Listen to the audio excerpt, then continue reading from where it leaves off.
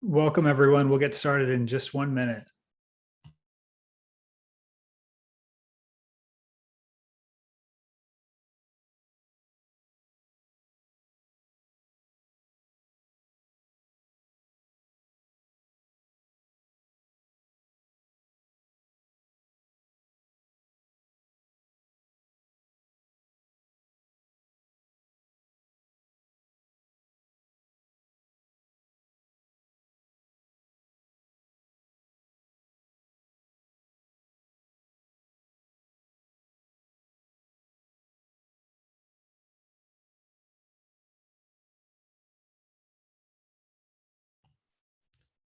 Welcome, everyone. As we get started, we want to draw your attention to some key dates that we've put here on the introductory slide. You'll see that optional exams in biology and chemistry are open between now and August 10th, that optional exams for languages and music are open now, also available and close on August 20th. Course registration takes place from August 16th to the 26th. You'll register for courses ahead of the course registration deadline on Thursday, August 26th, ahead of that first day of classes on Wednesday, September 1st.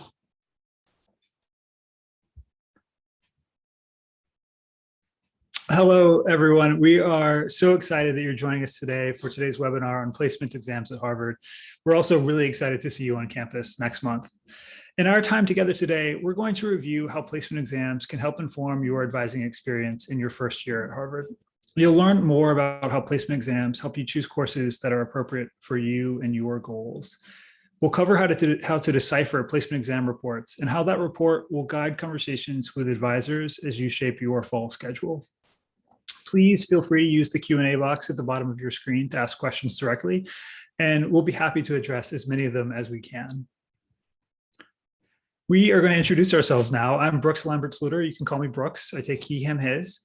My role is Assistant Director of Advising Programs in Harvard College. I'm coming to you from Somerville, Massachusetts, just down the road from Harvard Yard, and I'm delighted to be joined by Sarah Champlin-Scharf and Alicia Rivera, who will introduce themselves next. Hi, everyone. I'm Sarah Champlin-Scharf. I use she, her, and hers. I'm the Director of Academic Policy, and I oversee placement exams for the college. Hi, everyone. My name is Alicia Rivera. I take the She series. I am a rising senior at the college in Cabot House, but I'm currently calling in from Chilmark, Massachusetts. I concentrate in the comparative study of religion. Outside of academics, I'm on the varsity women's rugby team, as well as serving as one of the student leaders of the peer advising program known as an Eagle Path. And I am so excited to share some advice with you about making sense of your placement recommendations. We also have three great colleagues, Olivia Carpenter, Nam Kim, and Megan Campbell, who will be answering questions in the Q&A. So first, I'm going to situate our presentation on making use of your placement recommendations in the context of the classes that will make up your Harvard education. Take a moment to look at this pie chart. It will be familiar to you if you've seen one of our earlier webinars.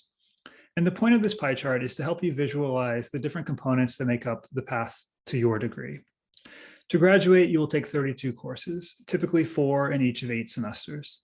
For most fields of study, you can expect to allocate about 1/3 of the classes you take to your concentration. That is, of course, the Harvard term for major, 1/3 to electives, 1/3 to the Harvard College curriculum. While for certain concentrations, with the classic example being some of our engineering concentrations, the division of your pie might look a little bit different with more concentration requirements. All college students will fulfill the college curriculum in order to graduate.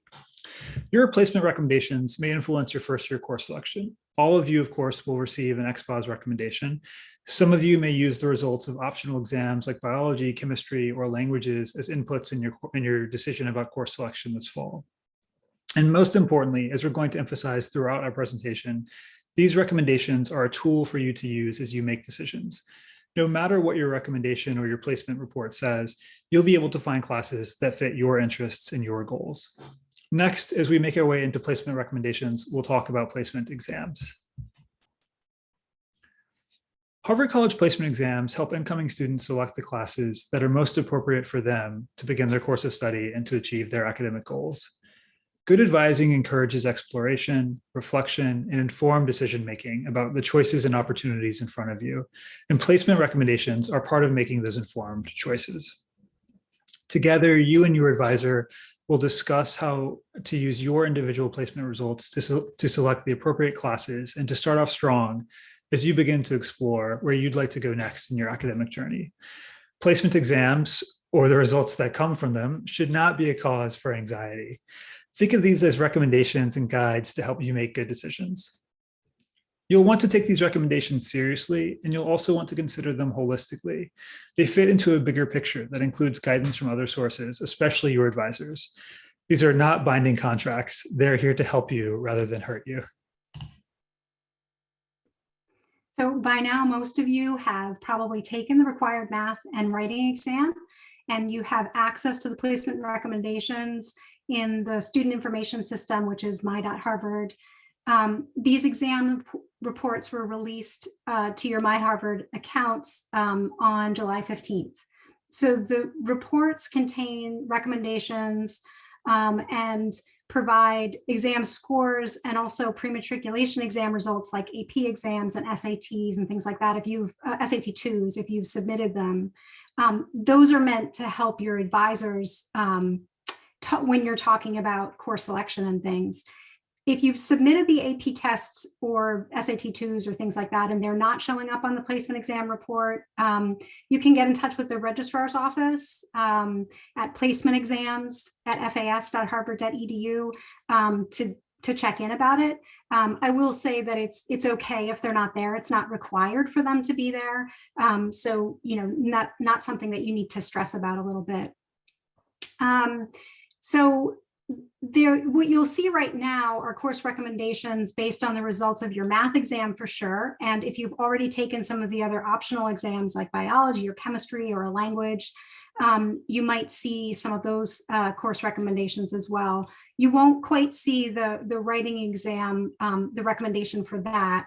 So in mid-August, you'll see a recommendation for expository writing. We often call it XPOS for short, and that'll be based on the results of your writing exam.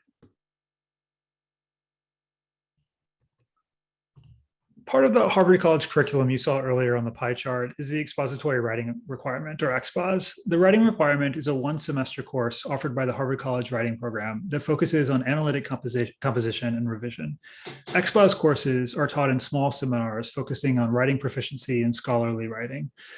Students meet one-on-one with instructors called preceptors regularly to refine their writing skills. And since 1872, the course that meets the college's expository writing requirement has been the one academic experience required of every Harvard student.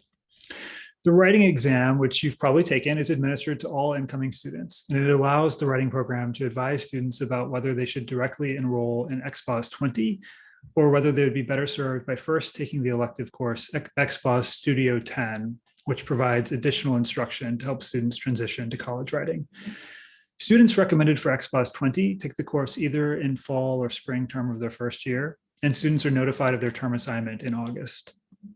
Students who choose to take XPOS Studio 10 complete the course in the fall and then complete the requirement by enrolling in either XPOS 20 or XPOS Studio 20 in the spring term of their first year. So we'll take 2 courses in XPOS.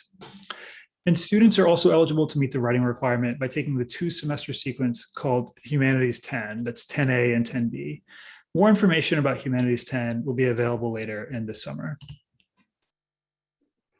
At the moment, your placement exam report will only display whether or not we've received your writing exam. So, and I just want to note too that if you took the exam last year before you deferred or took a gap year, that information won't show up on your placement exam report right now. Not to worry. Once the assignments are made, you will see the assignment show up on your report. So. It's again, the report will offer you a recommendation for expository writing or XPOS in mid-July, and you'll learn whether or not you've been recommended for expository writing 10 or expository writing 20 and the term you've been assigned. If you hope to take XPOS 20 in a different term than the one that was assigned to you, you'll be able to petition to the writing program once the process opens in mid-August. Once you have your XPOS recommendation, you'll likely want to learn more about it. So the writing program's website will have the most complete information about both XPOS 20 and XPOS Studio 10, how they differ, and how to think about which one might be right for you. So all students who are recommended for XPOS Studio 10 will meet with a writing program faculty member in August to discuss the recommendation. And you can contact the writing program at xpos@fas.harvard.edu with any general questions about XPOS courses. Expository writing courses included on the placement report, it's a recommendation. So ultimately the choice of which course to begin with is yours to make, informed of course by the advising from the writing program. Advising for all students recommended for XPOS 10 will begin in August after you've received placement recommendations. If you're interested in XPOS 10, but have not been recommended for it, you can sign up to talk with somebody from XPOS 10 by contacting the writing program directly, and that's at XPOS, EXPOS, at fas.harvard.edu. The other required exam you've taken is for math placement. You may have questions about your math placement results. And we're going to spend a little bit of time now talking about how you can think about these results for the purposes of math advising. Math itself is not a requirement. There are many courses outside of the math department that fulfill the college's quantitative reasoning with data requirement, often called QRD. Nonetheless, many first-year students take a math class at some point in order to begin exploring math as a field, or to complete prerequisites or requirements for potential concentrations, or simply to satisfy the QRD requirement. It can be difficult to know where to start sometimes, but you can use your placement exams for help in conjunction with advice from both your academic advisor and guidance from the math department advisors and faculty. So when you're looking at your placement exam report, at the top, toward the top of the placement exam report, you'll see course level recommendations for math. And at the end of the report, you'll see the raw scores for each part that you took. I just want to make sure that you all know that it's okay that you don't understand what those scores mean or what they refer to. They're really meant to help your advisor give you the best information that will help you pick courses. So we include this information so that the advisors can help you choose. Sometimes students are right on a line between one recommendation or another. And so this information helps them advise you well. So when you're reading your placement exam report, you'll see one of the following recommendations based on the results from your exam. So you might see Math MA, QA, and this is determined by the placement results of part 1 of the exam.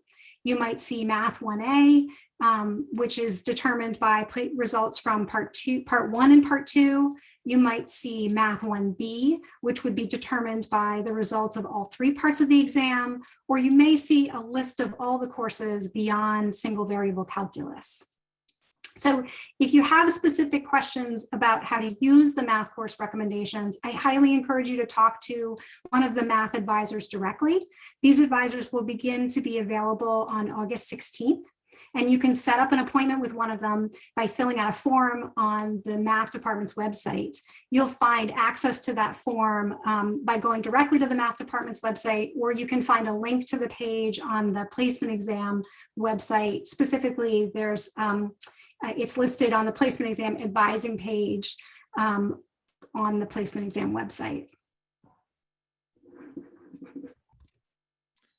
If you think you might want to pursue a field of study that includes a math requirement, like a quantitative field, you might be wondering about how to think about this when you're choosing your courses. The Advising Programs Office can help with a few resources available on our website, advising.college.harvard.edu. For example, you can consult our math-specific decision tree shown here to help you visualize potential options for math courses based on your goals and preferences. You can use our website's Exploring Concentrations area to learn more about the learning objectives of particular concentrations and to see if any of the required gateway courses in that field include math. You'll talk with advisors in academic fields and research possible concentrations to learn whether math is required and what level of math might be needed. So just quickly going back to the kinds of recommendations you might receive about math courses. If you've received a recommendation that gives you a long list of course options beyond the single variable calculus option, you might wonder, how do I choose one of those courses? So the first thing I would suggest is that you take a look at the math department's website. They have an overview of courses and guidance about what to consider. There's also a really helpful session run by the math department called Shall I Take Math 1819? And then they list all of the other numbers. And this is offered on August 9th from 6:30 to 8 p.m. Eastern Standard Time. There are details about how to get there and when it is and all of that on the college events calendar, but you'll also see it listed on the placement exam homepage. So you can, of course, also make an appointment with a math advisor beginning on August 16th to talk more directly with an expert about your individual case. And I would especially recommend this if you were thinking you might want to take a course that was not included in the list of recommended courses for you. So beyond the required math and writing exams, there are also a number of other optional placement exams you may want to consider. For example, both biology and chemistry offer exams that combined can help provide recommendations for introductory science courses that might be best for you based on what you already know. So these exams are currently open and they are open through August 10th. They take about 90 minutes each and they focus on the basic concepts of biology and chemistry. We recommend that you take both of these exams together, regardless of your prior science background, if you're interested in studying science at Harvard. So introductory life science courses at Harvard integrate concepts from both chemistry and biology. So the combined results will provide you with the most useful course recommendation. Students don't specialize in a particular life science field during the first year. Instead, you'll take courses that give you a foundation for all of the life science concentrations, such as life sciences, physical sciences A, and life sciences 1A. But in addition to biology and chemistry, there is also an optional music placement exam that's open until August 10th. This exam will help identify your understanding of simple tonal materials, things like scales, intervals, chords, Roman numeral analysis, and ear training. Keyboarding skills are helpful, but they're not required. If you think you would like further information, you can take a look at the music department's website. They've got more information about this exam. It's recommended that you take this exam if you're interested in studying music theory. Many of you may also hope to take one of the optional language placement exams, either to satisfy the college's language requirement or to access recommended language courses based on your prior knowledge of a language. Remember, you can satisfy the language requirement, which you must complete before the start of your junior year, in a few different ways, and all of these are listed in the student handbook. For more information about this, you can follow the link on this slide, starting with oue.fas.harvard.edu. Whether or not you use a placement exam to fulfill the language requirement, the recommendations from the placement exam will be extremely helpful as you consider your course selection. A passing score on a language placement exam, as determined by one of the departments administering the exam, can be used to satisfy your foreign language requirement. If the results of the exam don't indicate proficiency such that you fulfill the language requirement, you can still use the placement exam results to select a language course at an appropriate level for you. You don't need to take a language placement exam in a language you have not studied yet. You can go ahead and look to the introductory courses for that. If you're not sure exactly which of the introductory courses to take, you might consult with one of the language programs directly. You can find contact information for all of the language programs on the contact page of the placement exams website.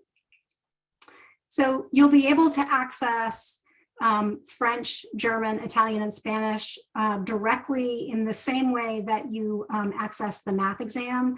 For links to those exams, you'll just go to the placement exam schedule page for that. All first-year students are automatically registered for those exams. That is the French, the German, Italian, and Spanish. But if you're interested in one of the other languages, you'll want to take a look at the exam schedule on the placement exam website so that you can find out when those particular exams are being offered. And once you've completed one of these exams, your results are either emailed to you directly or they're uploaded to the placement exam report in My.Harvard.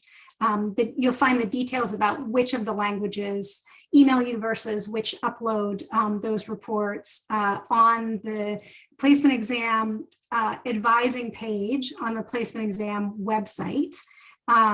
Typically, you'll have access to results for those exams 24 to 48 hours after you've taken the exam. And you can then take the results to the department-specific language advisors to talk through what some of the recommendations mean if you're not quite sure how to use the information. You may also want to attend one of the departmental advising events. You'll find out more about these events by consulting the advising page again on the placement exam website.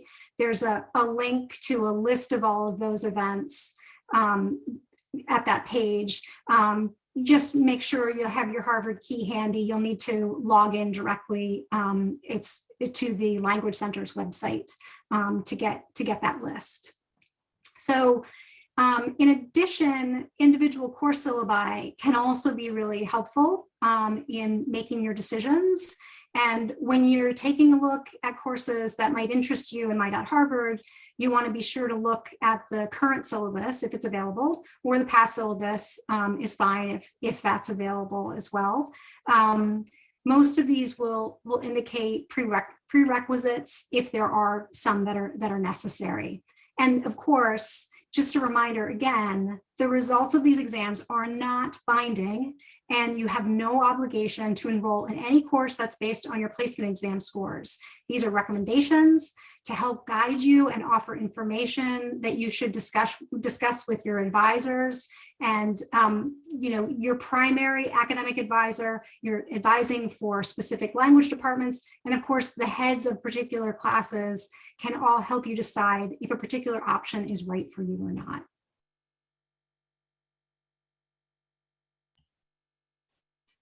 So thank you so much, Sarah. We've shared with you all a lot of information about the nuts and bolts of making sense of your placement recommendations and how they might influence the conversations you have with your advisors. What we've shared with you is accurate information, and we hope that you found it helpful. We also expect that you will find it useful to hear from an experienced student who has encountered the same kinds of questions that might be going through your mind, like, am I going to be behind if I follow this recommendation? Or I heard about another student who got placed into a different level, and should I just take that class instead? So we're really delighted to have Alicia, a rising senior and a student leader in the Peer Advising Fellows program, share a few thoughts about receiving placement recommendations and incorporating them into your advising conversations. Thank you so much, Brooks and Sarah. That's the information and advice I wish that I had coming into my first year. And I hope to ease some of your fears with this with a little bit of my own advice. So like Brooks and Sarah have been saying, your placement recommendations are here to help rather than cause stress. They're suggestions that are going to make your course selection easier, more streamlined, and more accessible to you, because there are a lot of courses in My.Harvard, and it's just another helpful tool to get you on the right track for your first year. So your placements are individualized for you, but it doesn't mean that they're final. This is something I wish I had taken to heart. I think there's so many different ways to get advice on this. Best thing would be talking to the department head and going to those placement office hours that Sarah and Brooks have been talking about. The math one is really, really great to talk to a math advisor of making sense, especially if your recommendation is that list of courses that are past multivariable calculus. It's really helpful to understand what the classes are really about, and someone in that office can really help you understand the differences between those classes that might not be so evident on a syllabus. Another recommendation I have is talking to the director of undergraduate studies and any field of study that you might be interested in. And this is really answering the question, am I going to be behind if I follow the recommendation? See what students have done in the past who got in your recommendation. How have they fit that into their 4 years? How they've created a path and a plan for themselves based on the similar recommendation, and how they've ended up successfully in that concentration. Because I bet you that someone's done it before you and had the same recommendation and made it out just fine. Everyone's placements are also different. And this answers the question of, I've heard someone else taking that class. Should I just take it too? It's very tempting to take a class with your roommate or your teammate and someone you met on your first day and you want to be in that class with them. But you should take your own path in choosing your courses and take those placement recommendations into account when choosing your courses. It's nice to have friends in those classes, and you will make friends in those classes once you're in them, I promise. So don't worry about it. Don't worry about being behind, and don't worry about just taking the same class as someone else. I promise it'll all work out fine, and you will have buddies to do your PSETs with and study with after. I absolutely promise. In terms of individual tests and exams that I have recommendations for, in terms of the language requirement, just because you place out of the language requirement doesn't mean you don't have to take language. I sure did. And my placement recommendation based off of that exam helped me decide which French class to take after. I know Romance Languages and Literature has a really helpful chart of like which classes, what each level of class means. And so I'd recommend checking that out, talk to an advisor. So just because you place out of language doesn't mean that's not an option for you to continue studying it, because a lot of people go on to study languages that they've studied in the past. In terms of XPOS, XPOS is such a great tool, and you will really, really appreciate it after you take it, I promise. So take that XPOS recommendation and run with it. Talk to the advising office for XPOS. They will help place you into the correct class, and you will learn so much in XPOS no matter which one you take. You'll section for XPOS later, and we'll talk about that later. But XPOS is a great, great tool, and I promise whichever XPOS you take, you will get so, so much out of it. And my last really big, most important piece of advice is to remember that the add drop period exists, and it's there for a reason. It's so helpful to be able to try out courses and course levels to first see if they work with your schedule and see if the amount of work is feasible and makes sense for you. You've worked so hard getting to Harvard, you're here, and you can continue learning and continue challenging yourself, but also remember to be kind to yourself in choosing your schedule. And making sure that you have a great first year experience by not pushing yourself too hard and overloading yourself. But don't stress about all of this. Promise this isn't the end of advising. The best thing is that you have a great advising network that you'll meet very, very shortly, who will help you find the answers to the questions you have and also help you make sense of these recommendations. So deep breath. Everything will be fine. I did it. You can too. Thanks so much, Alicia. I really appreciate the way you emphasize balance in your remarks, that using the placement recommendations as a tool to find the balance that's right for you, and trying to avoid the temptation of thinking about the balance that's right for somebody else as you seek out your course selection. We're going to transition to Q&A with our panelists in a moment, but I just want to conclude with a couple of final notes here. So as Alicia mentioned, this is certainly not the end of advising. In some ways, this is the start of your advising. You will be assigned an academic advisor in mid-August, and so you'll see them appear in My.Harvard. And they'll help guide you through the course registration process and be someone that you'll talk with course selection about. Our office will continue offering a variety of programs this summer, including group advising sessions, which you can sign up for. And we also have one more webinar happening a week from today. The recordings of our webinars, this is the third of the 4, are available on our website, advising.college.harvard.edu. And this webinar is recorded and will be available as well, probably by early next week. Now we're going to try to respond to some of the questions that have come up. And one of the questions I think we've seen in the chat, and maybe Sarah, you'll be able to respond to this best, is around, we've talked a little bit about the Harvard placement exams, but what about AP tests or SAT2s? How are those incorporated into placement recommendations? Sure. So AP and SAT2, in some cases, the IB scores, there's a section on the placement exam report to let students know whether they fulfilled the language requirement or not. So if you've scored high enough on one of those exams, so it's a 700 on the SAT2, a 5 on the AP, or a 7 on the relevant IB exam, then you will have fulfilled your language requirement.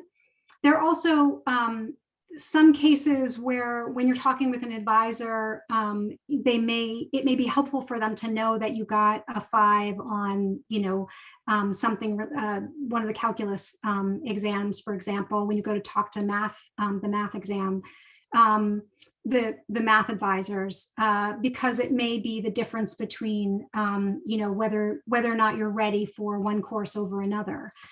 So if you don't see those exams showing up yet on your placement exam report, but you did actually send them in, you'll just want to get in touch with the registrar's office.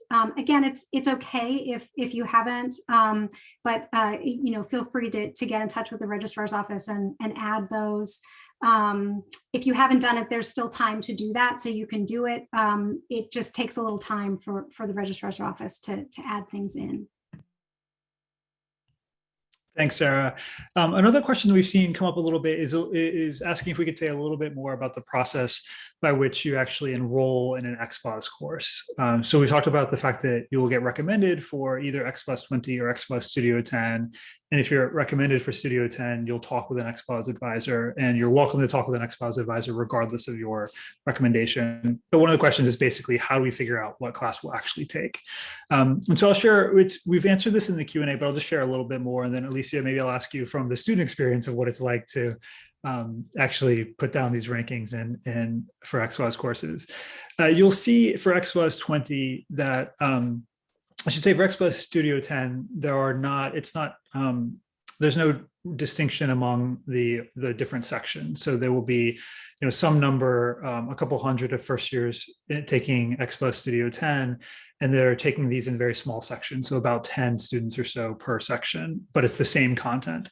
In XPOS 20, it's still a course that's teaching writing, and that's an important distinction to note, is that these are all courses that are teaching about expository writing, but they're using different texts that might be films or poems or art installations or novels or short stories or nonfiction narratives. And so these are organized in different topics. And so you as a student can go on to the XPOS website, the writing program website, and early in August or later this summer, you'll see the different courses that are available. And then in my.harvard.edu, once this is available to you, you will see very clearly, if you're assigned to XPOS 20 in the fall term, you'll see very, very clearly how to rank these preferences. And the ranking system, you'll actually rank, it's usually 9 courses. Might be different this year, but typically it's 9 courses where that you want to be entered in the lottery for. And then XPOS runs an algorithm to match you to your highest ranked choice. We do really encourage you to take that ranking seriously, because as you might imagine, if these courses are very small, you might not get into your first choice, but it's just purely an algorithm that there's no application for it or anything like that. The process for ranking is also not first come, first serve. Just as long as you do it by the deadline, you have an equal chance of getting in as anybody else. I imagine that if I were in your shoes, I would feel a little bit, it's a little bit stress inducing to think about sort of the being very thoughtful about your course selection and then having a lottery decide which XPOS you are in. And Alicia, I wonder if you could share a little bit from your perspective of how that actually feels for you as a student. Yeah, so the first thing is that if you're assigned to XPOS in that term, even though it's a lottery, you will get an XPOS class. So don't worry about that, you will have a class. I think the 2 biggest things about XPOS lottery are thinking about the time and thinking about the subject matter. And that's the difference between all of these XPOS classes, as Brooks is saying. is that you're going to be learning how to write in a similar way. It's just what you're writing about. And I think this is what I really appreciate about Harvard's requirements, whether it's the Gen Ed system or XPOS, is that there's a way to satisfy that requirement without Harvard pushing you into a box and saying you have to learn about this one specific thing and you have to write about this one specific thing.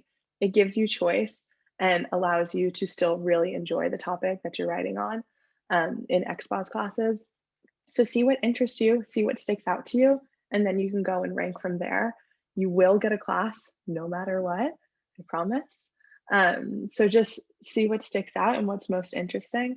I just looked at the classes when I was ranking my XPOS choices, and I thought about what works with my schedule, what classes seemed most interesting to me, and it ended up working out really well. And I really enjoyed what I was writing about, and it helped me enjoy learning how to write a lot better. So it's not stressful. You will get a class. It's just deciding what you're writing about. And you still have some free range in there because your final project, you will likely be able to choose your own topic that relates to the course.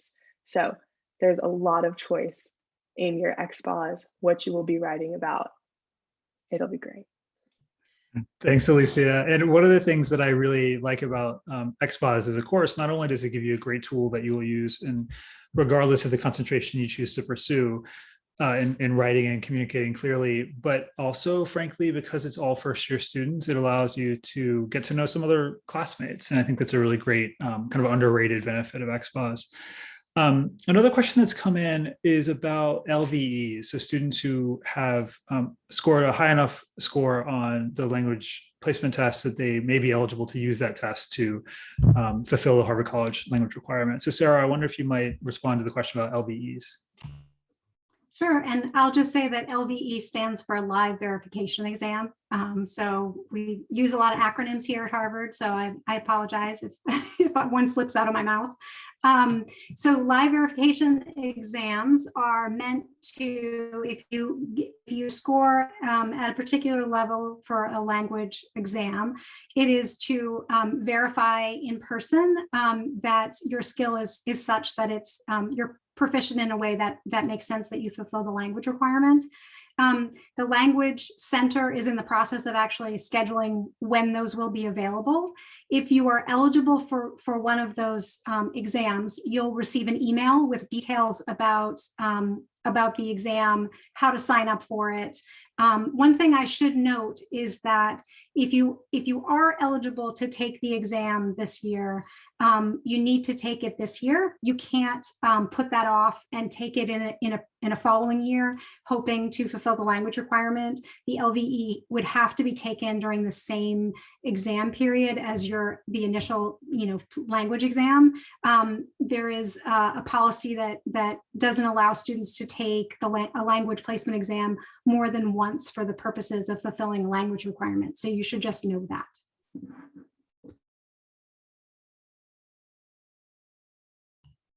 So I think we're winding down here. We're just taking a look at the last questions to see if there are any that we haven't had a chance to address yet. And one of the messages that I hope we've been able to convey, a big one, is to share with you our sincere feeling that these are not meant to be high stakes exams, and the recommendations themselves are not high stakes. These are meant to be a tool in your toolbox for making course selection decisions. These affect the way that you're thinking about your course selection, absolutely, but only because that gives you a little bit more information to carry forward in your advising conversations.